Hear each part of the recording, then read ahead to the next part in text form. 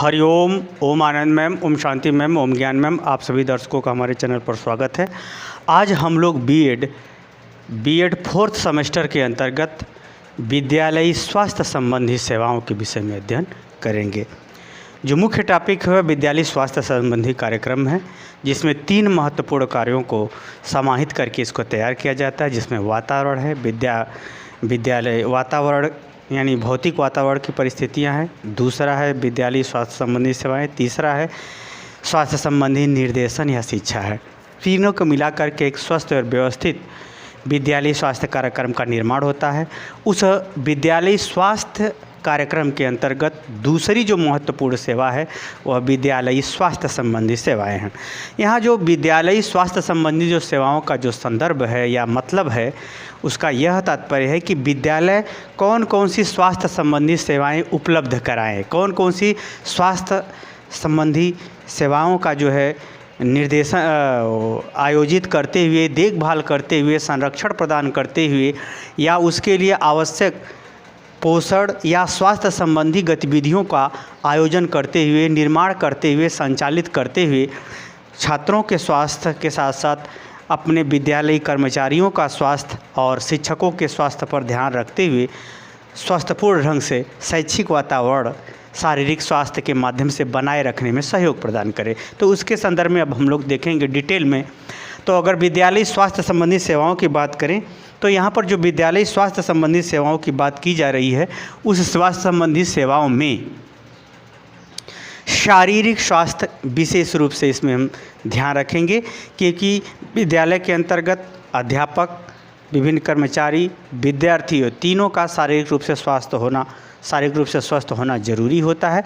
उससे संबंधित कौन कौन सी सेवाएं आवश्यक होती हैं, उसको हम लोग इस वीडियो के अंतर्गत डिटेल में समझने का प्रयास करेंगे। पहला है छात्रों की चिकित्सकीय जांच।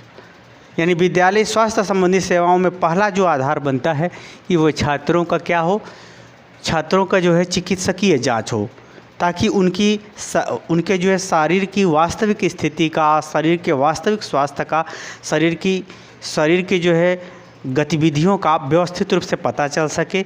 जब तक स्वस्थ नहीं होंगे बालक, तब तक स्वस्थ ढंग से पढ़ाई भी संभव नहीं है, क्योंकि स्वस्थ शरीर में स्वस्थ मस्तिष्क का विकास होता है।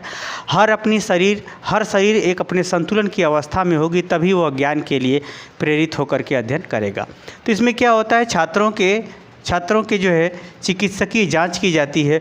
वह चिकित्सकीय जांच सामान्य से लेकर विशेष रूपों में की जाती है, या सामान्य स्वरूप से विशेष रूपों में उसका ध्यान रखना आवश्यक होता है। कुछ ऐसी इसमें चिकित्सकीय जांच होती है जो सामान्य ढंग से की जा सकती है, कुछ ऐसी चिकित्सकीय जांच होती है जो डॉक्टरों द्वारा या चिकित्सक द्वारा ही की जा सकती है। उन सभी बातों को इसमें छात्रों के लिए ध्यान रखा जाता है या विद्यालय को ध्यान में रखना चाहिए।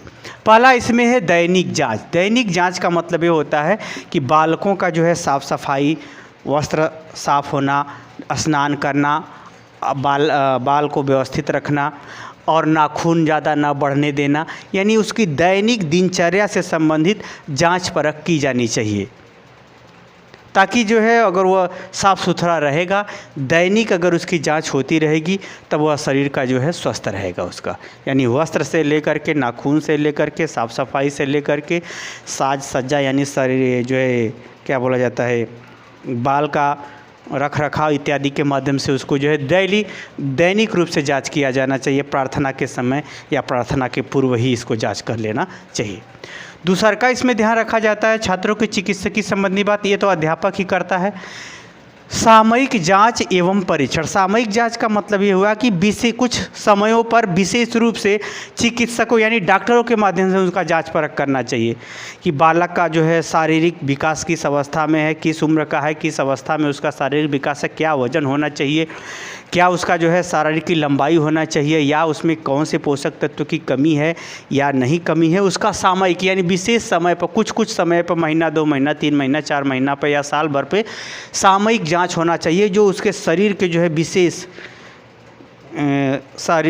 शारीरिक विकास की विशेष गतिविधियों से संबंधित होना चाहिए। सामयिक भी जांच होना चाहिए, समय समय पर भी जांच होना चाहिए, और उसका टेस्ट भी कराना चाहिए, उसका परीक्षण भी कराना चाहिए कि नहीं जो है ब्लड की कितनी मात्रा होनी चाहिए, वज़न कितना होना चाहिए, उससे संबंधित हीमोग्लोबिन कितना होना चाहिए, बीपी ब्लड सर्कुलेशन कितना होना चाहिए, और उसके जो है शारीरिक क्षमता का यानी उसके स्टेमिना का स्वरूप कैसा होना चाहिए।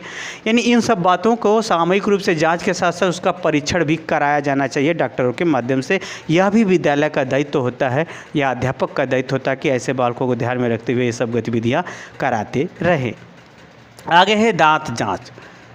दंत जांच का ये तात्पर्य होता है बालक जो है थोड़ा सा वो बालक के आँखों में बहुत ज़्यादा भूख होती है, बालकों के आँखों में ज़्यादा भूख होती है। यही कारण होता है कि वह कुछ भी देख लेते हैं, अगर उनको थोड़ा भी पसंद आ जाता है तो जब देख लेंगे तभी खाना शुरू होगा, इसलिए उनके दांत सड़ने लगते हैं या उनके मुंह से दुर्गंध आने लगती है, जिससे जो है उनको कई सारी पेट संबंधी बीमारियां या फिर पाचन संबंधी बीमारियां इत्यादि देखने को मिलती हैं।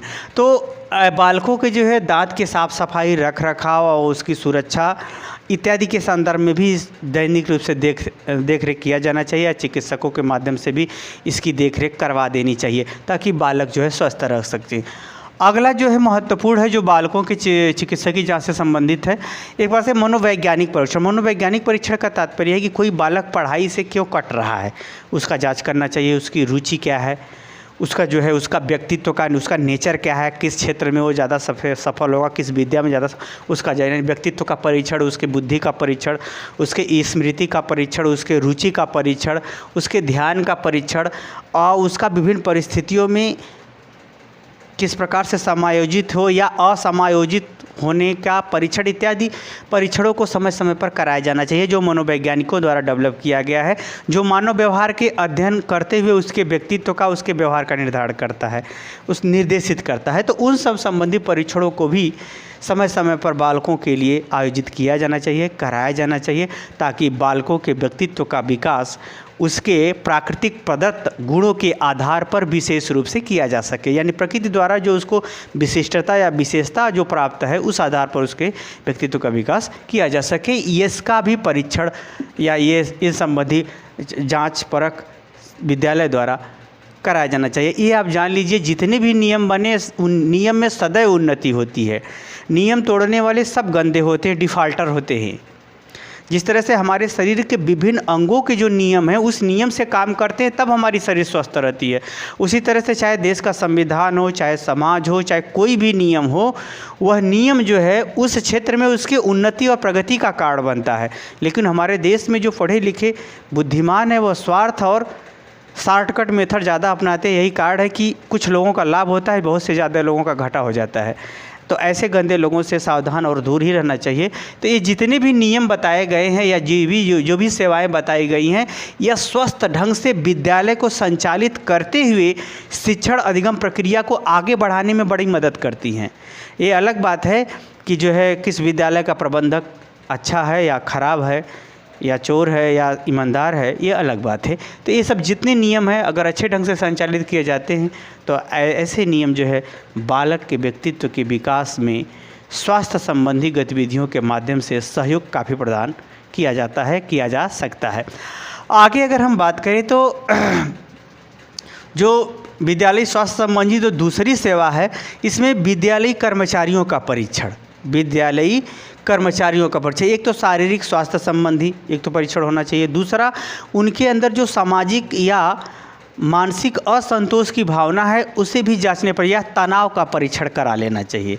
तो इनका तनाव संबंधी परीक्षण, शारीरिक स्वास्थ्य संबंधी परीक्षण, उनकी मनोवैज्ञानिक यानी एक प्रकार से भावनात्मक ये कहें कि हम उनके जो है रुचि संबंधी परीक्षणों का भी जांच परख करा करके उनको भी स्वस्थ ढंग से क्रियाओं का संचालन करने के लिए तैयार रखना चाहिए, प्रेरित करना चाहिए, ताकि वह भी जो है जो शिक्षण संबंधी प्रक्रिया है या कार्य है उसको सहर्ष कर सके। तो इसलिए विद्यालयी कर्मचारियों का भी परीक्षण विद्यालयी स्वास्थ्य सेवाओं के अंतर्गत कराया जाना आवश्यक है, जिसमें उनकी बीमा, दवाओं की सुविधाएं, देख रेख इत्यादि का भी ध्यान रखा जाना चाहिए। आगे है जो तीसरा जो है ग वाला अनुवर्ती परीक्षण। अनुवर्ती परीक्षण का तात्पर्य यह है कि जो छात्रों का और कर्मचारियों का जो टेस्ट किया गया है, जो सिचुएशन मिली है, जो पता चला है कि किस छात्र की क्या समस्या है, किस छात्र की क्या समस्या, क्या कमी है, उसमें सुधार हो रहा है कि नहीं, इसका भी परीक्षण कराया जाना चाहिए, पता लगाया जाना चाहिए, जांच की जानी चाहिए कि जो निर्देश दिया गया उसको पालन करके उसमें सुधार हो रहा है या नहीं, सुधार किया जा रहा है या नहीं, वह सक्षम हो पा रहा है या नहीं, किस कारण से रुकावट बनी है। इन सब बातों की भी जानकारी या जांच परख करते रहना चाहिए। यानी अनुवर्ती परीक्षण, परीक्षण के बाद जो सुधार के लिए गाइडलाइन जारी की गई है वह सुधार सही प्रक्रिया में हो रहा है कि नहीं, इसका भी परीक्षण किया जाना चाहिए। जैसे कहा गया कि इनके अंदर हीमोग्लोबिन की कमी है, तो क्या वह हीमोग्लोबिन संबंधी चीज़ों का सेवन किया, क्या हीमोग्लोबिन को बढ़ाने के लिए उसने चिकित्सकीय सेवाएं ली, अगर ली तो जो है उसका समय पर टेस्ट होना चाहिए ताकि पता चले कि वह सही दिशा में प्रयास हुआ कि नहीं, यह भी किया जाना चाहिए। यानी कहने का हमारा तात्पर्य है कि अनुवर्ती परीक्षण भी कर्मचारियों का, विद्यार्थियों का विद्यालयी सेवाओं के माध्यम से किया जाना चाहिए ताकि उनके अंदर सुधार हो सके और वह कमी अधिक न बढ़ सके या उस कमी को दूर किया जा सके, ये भी पड़ेगा। अगला है संक्रमण रोकथाम, यानी संक्रमण संबंधी जो बीमारियां होती हैं जो छुआछूत से संबंधित होती हैं। जैसे अगर भारत में देखा जाए जब वर्षा ऋतु आती है तब संक्रमण बीमारियां बड़ी तेज़ी से फैलती हैं, मलेरिया बहुत तेज़ी से फैलती है, हैजा ये जिसको कालरा कहते हैं, जिसमें उल्टी और दस्त होती है वो होती है, उसमें जो है ये सब बीमारियां जो फैलती हैं, जिसमें सामान्यतः बच्चों में जो है पेट का गड़बड़ होना या उल्टी होना, ये सब बीमारियां बाल्यावस्था में गंदगी के कारण से फैलती हैं। तो यानी कहने का मतलब जो संक्रमण संबंधी बीमारियां हैं जैसे खसरा है, मलेरिया, हैजा है, अब तो कोरोना भी है, तो ये जो संक्रमण संबंधी बीमारियां हैं इस बीमारियों की जांच परख भी की जानी चाहिए, देख रेख भी की जानी चाहिए। यानी बालकों को ऐसी चीज़ों से बचाए जाने के लिए, रोकने के लिए या सावधानियों को बरतने के लिए भी विद्यालय निर्देशित देता है, बताता है, समझाता है, उसको नियंत्रित करता है, या फिर ऐसे जो है दवाइयों का टीकाकरण इत्यादि के माध्यम से भी अपने छात्रों को या अपने कर्मचारियों को सुरक्षित रखते हुए शिक्षण अधिगम व्यवस्था को सुचारू रूप से संचालित करने का प्रयास किया जाना चाहिए।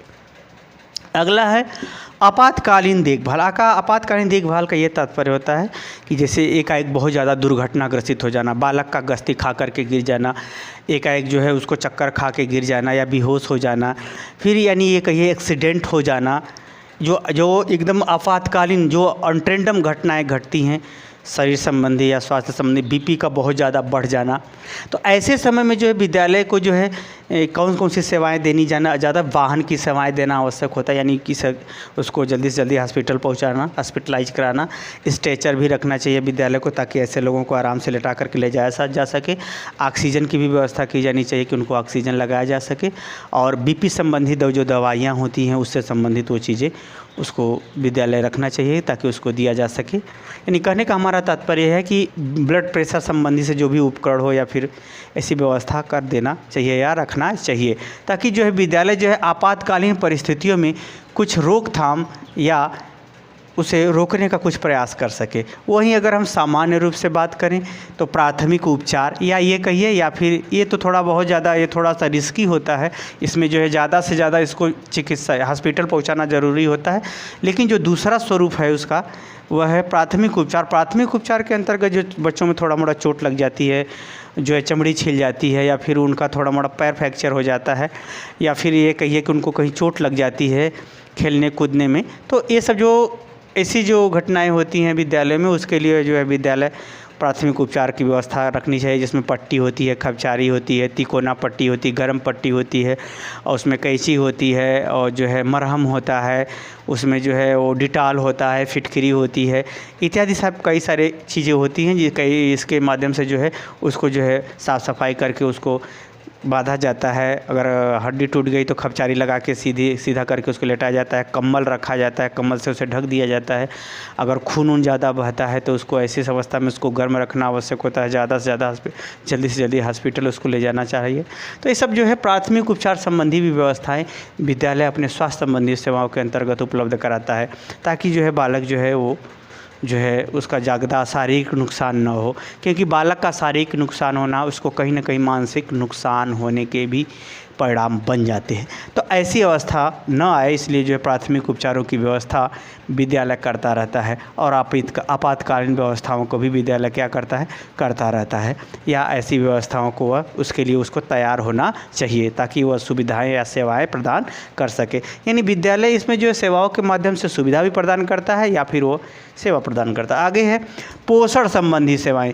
चिकित्सा विद्यालय स्वास्थ्य संबंधी सेवाओं के अंतर्गत विद्यालय जो है पोषण संबंधी भी सेवाओं को, जैसे बालकों के अंदर जो है प्रोटीन, कार्बोहाइड्रेट, वसा, फैट्स, खनिज लवण इत्यादि, विटामिन इत्यादि की वो जो है जांच परख भी कराता रहता है ताकि बालकों में उपयुक्त पोषक तत्वों के माध्यम से उनके शारीरिक विकास हो सके। स्वस्थ शरीर में स्वस्थ मस्तिष्क का विकास करने के लिए आवश्यक है कि सभी पोषक तत्वों में के अनुपात में एक उचित संतुलन बना रहे, आयु के हिसाब से और उनके शैक्षणिक गतिविधियों के हिसाब से। कहा जाता है कि अगर जितना शारीरिक मेहनत में ऊर्जा लगती है उससे कहीं अधिक मेहनत मानसिक कार्यों में लगती है, क्योंकि मानसिक कार्य के अंतर्गत पूरी शारीरिक क्षमता जो है उस शैक्षणिक गतिविधि में जुड़ती है, तब जाकर के शैक्षणिक कार्य होता है। परंतु जो शारीरिक कार्य होते हैं उसमें मन कहीं और घूम रहा है फिर भी अपना काम हो रहा है। तो उसमें यही कारण होता है कि जो हमारा मानसिक रूप से स्वस्थ विकास करने के लिए मानसिक प्रक्रिया को सही दिशा में या अधिगम की दिशा में मोड़ने के लिए आवश्यक है कि उसके शरीर में उपयुक्त ढंग से पोषक तत्वों का विकास हो, साथ में उनका अनुपात भी संतुलित हो। तो कहने का हमारा ये तात्पर्य है कि पोषण संबंधी सेवाओं जो विटामिन है, कार्बोहाइड्रेट है, वसा है, इस सब संबंधित गतिविधियों को या जानकारी को या ऐसी संबंधित पदार्थों का या बालकों के भरण पोषण में भी ध्यान रखना चाहिए, क्योंकि ऐसे भी विद्यालय होते हैं जैसे आवासीय विद्यालय होते हैं। आप तो जैसे सामान्य रूप से गांव देहात के लोग तो घर से आते जाते हैं, जो आवासीय विद्यालय होते हैं उसमें पोषण संबंधी सेवाओं के कारण से ही उनके खान पान में विविधता रखी जाती है। एक ही खाना नहीं, खाना बदल बदल के बनता है, 7 दिन में 7 प्रकार का भोजन मिलेगा ताकि उनका जो है पोषण सही ढंग से हो सके। तो ये सब जो है आवासीय विद्यालय और बिना आवासीय विद्यालय सभी को ध्यान में रखते हुए ये जो है कार्यक्रम तैयार किए गए हैं। ऐसा मत सोच लीजिएगा कि विद्यालय कैसे पोषण करेगा। क्यों नहीं पोषण करेगा? क्योंकि जब विद्यालय हॉस्टल रखा है तो हॉस्टल में सुविधाएं भी तो देगा। तो इसलिए पोषण संबंधी ये सब बातों को उसको विद्यालय को ध्यान में रखते हुए उसके बालकों के लालन पालन या भोजन पानी की व्यवस्था का करना चाहिए ताकि उनका स्वस्थ ढंग से विकास हो सके। तो इसलिए इस प्रकार से जो है विद्यालय इन विभिन्न सेवाओं के माध्यम से, विभिन्न जांच एवं परीक्षणों के माध्यम से, विभिन्न प्रकार के मनोवैज्ञानिक परीक्षणों के माध्यम से बालकों को शारीरिक रूप से, संवेगात्मक रूप से, सामाजिक रूप से और शारीरिक रूप से, मानसिक रूप से, संवेगात्मक रूप से, सामाजिक रूप से स्वस्थ बनाता है। शारीरिक रूप से, मानसिक रूप से, संवेगात्मक रूप से और सामाजिक रूप से उनका स्वास्थ्य संबंधी विकास करता है। यानी शारीरिक, मानसिक, सामाजिक और सांवेगिक विकास संतुलित दिशा में हो, इसके लिए विद्यालय बालकों के स्वस्थ शारीरिक विकास पर विशेष बल देता है। यही इस सेवा का मुख्य आधार होता है। मुझे उम्मीद है मेरा व्याख्यान आप समझ गए हैं तो कमेंट बॉक्स में ज़रूर बताइए। साथ ही मेरे चैनल को लाइक, शेयर, सब्सक्राइब भी कीजिए। हरिओम।